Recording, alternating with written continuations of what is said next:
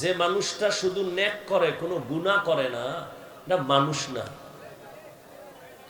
মানুষ গুনাহ করবে গুনার আকর্ষণ তৈরি করার জন্য, শুধু গুনাহ করবে এতটুকু না, গুনাহ করার প্রতি আগ্রহ তৈরি করার জন্য আল্লাহ একটা বিশাল বাহিনী বানায় দিয়েছেন ইবলিস। ওর কাজই হলো মানুষকে গুনাহের আকর্ষণ তৈরি করবে, যেন গুনার দিকে চলে আসে, আকৃষ্ট হয়। শয়তানকে দিয়ে দিছেন। আবার এই শয়তান এক দল না, তিন দল। জিন শয়তান, নফস শয়তান, মানুষ শয়তান। মানুষের মধ্যেও কিছু মানুষ আছে মানুষকে গুনাহের প্রতি আগ্রহ তৈরি করে, গুনাহের প্রতি আহ্বান করে। আল্লাহ পাক মানুষকেই গুনাহের আগ্রহ দিয়া পাঠাইছেন, এমনকি গুনার আগ্রহ তৈরি করার জন্য আরেক দল বাহিনী পেছনে লাগাই দিয়েছেন। কেন?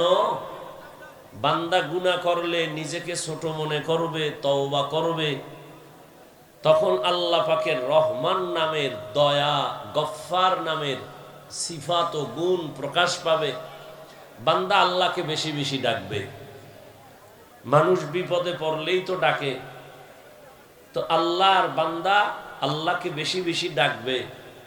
এজন্য আল্লাহ পাক রব্বুল আলামিন দুনিয়াতে পাঠাইছেন। আর এটা তো পরীক্ষার হল। পরীক্ষার হল মানে একটা মুসিবতের কেন্দ্র। আর এখানে আর একটা নিয়ম হলো, স্বাধীনতা আল্লাহ দেন সবাইকে। পরীক্ষার হলে কে প্রশ্নের উত্তর সঠিক লিখবে, কি বেঠিক লিখবে, কারো উপরে বাধা নিষেধ নাই। তুমি ভালো লেখো আলহামদুলিল্লাহ, খারাপ লেখো আলহামদুলিল্লাহ, ওখানে বাধা দেওয়া হবে না। তবে সময় সবার জন্য সমান, 3 ঘন্টা সময়, নকল করার কোনো সুযোগ নাই। তুমি প্রশ্নের উত্তর যেভাবেই লেখো লেখো, ফলাফলের বেলায় প্রকাশ হয়ে যাবে তুমি কি পুরস্কার পাবে না তিরস্কার পাবে। তো দুনিয়ার সবাই গুনাহগার, তবে ওই গুনাহগার আল্লাহর কাছে দামি যে গুনাহ থেকে তওবা করে, গুনাহ নিজে স্বীকার করে। নবীজি বলেন, কোরআন আমার কাছে সব থেকে বড় দামি একটি কিতাব, আমার জীবনের সব থেকে প্রিয় কিতাব কোরআনুল কারীম। আর এই কোরআনের মধ্যে যে আয়াত আমি পড়লাম, এ আয়াত আরো দামি। কেন?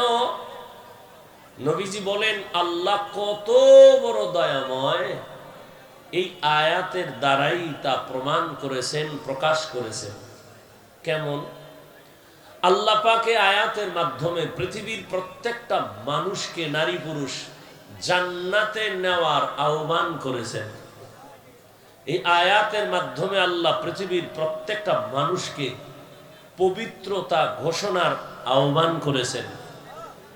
কি বলেছেন? ইয়া ইবাদি, প্রথম শব্দ হে আমার প্রিয় বান্দা বান্দিরা। বান্দা শব্দ বলেছেন, বলেন নাই আমার হে মুসলমানেরা, হে মুমিনেরা। যদি মুমিন বলতেন, মুসলমান বলতেন, তো গায়রে মুসলমান যারা ইমানদার না তারা বাদ হয়ে যেত। আল্লাহ এখানে জান্নাত দেওয়ার আহ্বান করার ক্ষেত্রে, তওবার ক্ষেত্রে একটা শব্দ ব্যবহার করেছেন, বান্দা। আরবি হলো আব্দুন। আব্দ বা আবেদ মানে বান্দা। বান্দা বলে পৃথিবীর প্রত্যেকটা মানুষ এই কথার ভেতরে শামিল। পৃথিবীর সব মানুষ কার বান্দা? জবান খুলেন, আল্লাহর বান্দা। হিন্দু আল্লাহর বান্দা, ইহুদি খ্রিস্টান কার বান্দা? আচ্ছা, এখানে আরো কথা, বান্দা তো বললেনই, আমার বান্দা বললেন কেন? ইয়া ইবাদি, আমার বান্দা। আরে সবই তো আল্লাহর বান্দা, আবার আমার বান্দা বললেন কেন? বান্দা বললেই তো হইতো। এর জবাব কয়েকটা। 1 নাম্বার জবাব হলো, পৃথিবীর কিছু মানুষ আল্লাহর বান্দা বটে, তবে দুনিয়া, ক্ষমতা, সম্পদ সবকিছু পাইয়া আল্লাহর বান্দা কথাটা ভুলে গেছে। শুধু ভুলেই যায় নাই, বরং বিপরীত লাইনে তার গুরু আরেকজনকে বানায় নিছে। যেমন বৌদ্ধ ধর্মের মানুষ মনে করে আমার আয় ব্যয় হিসাব নিকাশের মূল গুরু গৌতম। আল্লাহ বলেন না, গৌতমকেও আমি বানাইছি, তোদেরও আমি বানাইছি। হে বৌদ্ধ ধর্মের মানুষ, তোরা আমারই বান্দা, আমি তোদের মাহবুদ। ইহুদিরা কি বলে? পয়গম্বর উজায়ের আলাইহিস সালাম একজন নবী, বলে তিনি আমাদের সবথেকে বড় গুরু, তিনি আমাদের আয় ব্যয়ের হিসাবদাতা, তিনি আমাদের কল্যাণ করার ক্ষমতা রাখেন। আল্লাহ বলেন, এই ইহুদি ধর্মের মানুষ, ওজায়েরকে আমি বানাইছি, তোদেরকেও আমি বানাইছি, তোরা আমারই বান্দা, আমি তোদের মাবুদ। খ্রিস্টানেরা বলে, খ্রিস্টানদের মধ্যে আবার দুই দল। এক দল বলে ঈসা নবী আমাদের খোদা, ঈসা হলো আল্লাহর ছেলে, মারিয়াম ঈসার মা হলো আল্লাহর স্ত্রী। আবার একদল খ্রিস্টানদের মধ্য থেকে বলে না, ঈসা নবীর যেহেতু কোনো বাবা নাই, অতএব ঈসা হলেন যারোর সন্তান।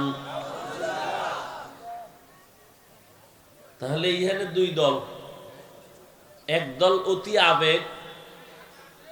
আবেগে করছে শিরিক, আর এক দল দুশ্মনী করতে যাইয়া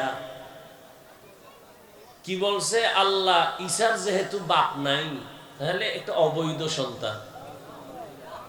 আর আবেগওয়ালারা কি বলছে, যেহেতু ঈসার বাপ নাই, আল্লাহ তার বাবা। আল্লাহর কোনো বাবা আছেন?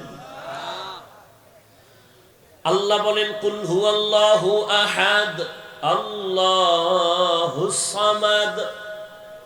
হে নবী, আপনি বলে দেন আমি আল্লাহ এক। আল্লাহ কয়জন? আল্লাহ যে এক, কোন দিক থেকে এক বলেন? রিজিক দেওয়ার বেলায় আল্লাহ এক না দুই? সম্মান দেওয়ার বেলায় আল্লাহ কয়জন? রিজিক দেওয়ার বেলায় আল্লাহ, হায়াত দেওয়ার বেলায় আল্লাহ এক, সুস্থ রাখার বেলায় আল্লাহ এক। জমিন ওই এক আল্লাহ, আসমানও এক আল্লাহ, রিজিকও এক আল্লাহ। ওই এক আল্লাহর দেওয়া পানি, বাতাস, সূর্যের আলো, চাঁদের আলো, জমিনের ফসল, গাছের ফল, নদীর মাছ, ওই এক আল্লাহর দেওয়া হায়াত, ওই এক আল্লাহর দেওয়া রিজিক খাইয়া সেজদা তো ওই এক আল্লাহরই দিবি। বট গাছে কেন? মাজারে কেন? মাজারে যদি সিজদা দিলে লাভ মনে করো, প্রথম সিজদা পৃথিবীর শ্রেষ্ঠ মাজার মদিনার নবীর মাজারে দাও। মদিনার নবীর মাজার থেকে দামি মাজারের নাম কি? আজমিরের মাজার, নিজামুদ্দিন আউলিয়ার মাজার, শাহজালাল শাহপরানের মাজার। এরে আল্লাহর গোলাম, মদিনার নবীর মাজার থেকে দামি কোন মাজার? নবীর মাজারে সেজদা চলবে? নবীর মাজারে, জমিনের মধ্যে শ্রেষ্ঠ মাজারে যা চলবে না, দুনিয়ার কোন মাজারেও তা চলতে দেওয়া যাবে না। কোন ভেজাল আছে? সেজদা কে পাবে? রিজিক কে দেয়? সেজদা আর একজনের দেও কেন? যে রিজিক দেয় তারে দাও। জীবনের মানুষের বডির মধ্যে শ্রেষ্ঠ জায়গা হলো কপাল। এটারে বিজয়ের না, পুরো বডির মধ্যে শ্রেষ্ঠ সম্মানের জায়গা কি? কপাল। এই বান্দা, তোর জীবনের সব ব্যবহার সবাইকে দিবি, কিন্তু কপালটা কাউকে দিবি না, এটা আমার জন্য খাস। এই স্বামী আর স্ত্রী, তোমার জীবনের সব কিছু অন্যের সাথে করো, সন্তান, মা বাবা, সবার সাথে তুমি মোহাব্বতের আদান প্রদান করো, কিন্তু আসল ব্যবহারটা স্বামীর জন্য খাস। এখানে যদি অন্য কোনো সুযোগ সন্ধান করো, তাহলে পরকীয়ার লাইনে গিয়া তোমার জীবন ধ্বংস কোনো মহিলাও মানবে না, কোনো স্বামীও মানবে না। ঠিক বান্দা, হাত অন্যের সাথে ব্যবহার করো, পা করো, চোখ করো, সব কপালটা আল্লাহর জন্য খাস। এখানে অন্য কাউকে যদি ঢুকায় দাও, এই বিষয়েও আল্লাহ কাউকে ক্ষমা দিবেন না।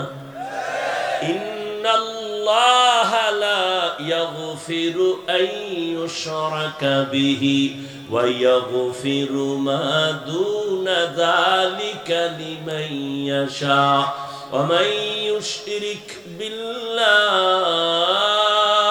ফাকাদ দাল্লা দালালান বাঈদা ওয়া মান ইউশরিক বিল্লাহ ফাকাদ ترى إثما عظيما ومن يشرك بالله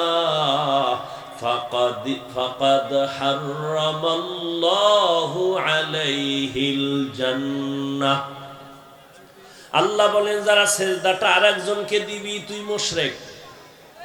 আমি আল্লাহ সব গুনাহ চাইলেই ক্ষমা দিব, তবে শিরকের গুনাহ চাইলেই ক্ষমা দিব দিব তো না, দিবই না, বড় স্পষ্ট ঘোষণাই দিয়ে দিলাম, তোর জন্য জান্নাত হারাম। কিয়ামতের ময়দানে তুই যত আমল নিয়ে দাঁড়াও, আমি পাল্লায় ওজনেও উঠাবো না। ফালা নুকিমু লাহুম ইয়াউমাল কিয়ামাতি ওয়াজনা। আল্লাহ কয়জন? আল্লাহর মতো আরো একজন আল্লাহ। লাম ইয়ালিদ লাম ইউলাদে উলাইকাস ওয়ালিদ মাউলুদেরা ও খালেকাস।